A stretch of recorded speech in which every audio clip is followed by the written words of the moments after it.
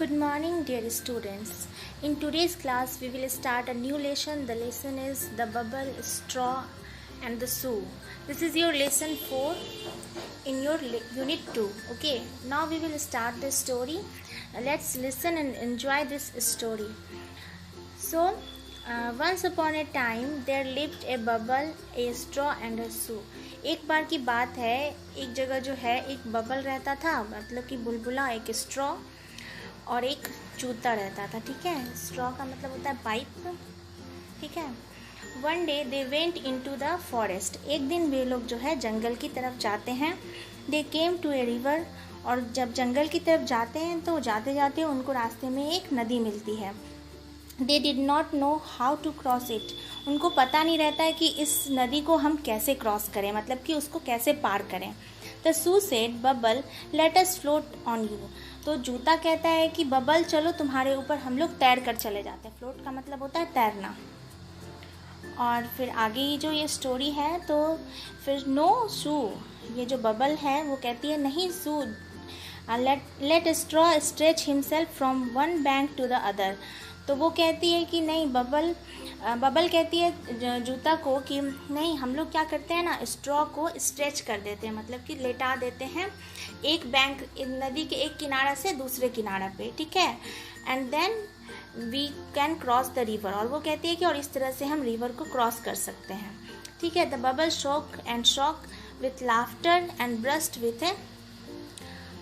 उसके बाद क्या होता है ना, जब वो ये बात बोलती है तो फिर क्या होता है, so the straw stretched himself from one bank to the other.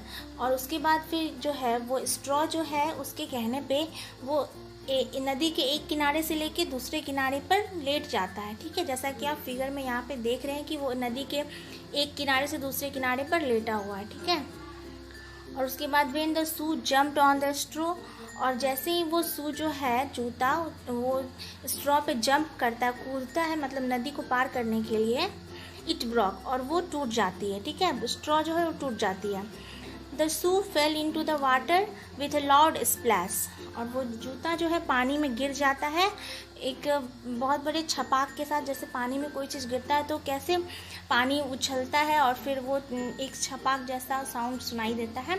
That is called a loud splash. Okay. The bubble shook and shocked with laughter and burst with a big bang. और bubble जो है यानी कि बुलबुला, अब वो उस बात को, उस चीज़ को, उस घटना को देखकर इतना हंसती है कि वो खुद ही अपने आप में फट जाती है. बुलबुला कैसे फट जाता है, ठीक है, वैसे ही वो बिग बैंग के साथ फट जाती है. तो इस तरह से देखिए इस स्टोरी में क्या होता है ना, जो ये स्ट्रॉ जो है एक छोर से दूसरी छोर नदी के जो लेटा हुआ है तो उस पर ये सू जाता है, तो ये सू पानी में गिर जाता है और स्ट्रॉ टूट जाती है. और बबल जो है वो इतना हंसती है कि वो भी ब्रस्ट कर जाती है. ठीक है. तो इस तरह से इस स्टोरी में तीनों के तीनों, मतलब कि तीनों के साथ बुरा होता है. ठीक है. तो इस तरह से वो जंगल में उस नदी को नहीं पार कर पाते हैं. ठीक है. अब हम आते हैं इस स्टोरी के न्यू वर्ड्स पे. तो इसमें पहला न्यू वर्ड्स है बैंक. बैंक का मतलब होता है किनारा, नदी का किनारा. बबल में बुलबुला. ब्रस्ट में फूटना. क्रॉस में पार करना. रिवर का मतलब होता है नदी. शूज का मतलब जूते. स्प्लैश का मतलब होता है छपाक. अब यहाँ पे एक टॉपिक है लेट्स रीड. तो आपको ये सेंटेंसेस को पढ़ना है. The first sentence is I can blow bubbles. मैं बबल्स को ब्लो कर सकता हूँ, मतलब कि हवा में उड़ा सकता हूँ. I can wear shoes. मैं जूता पहन सकता हूँ, मतलब मैं जूते पहन सकता हूँ.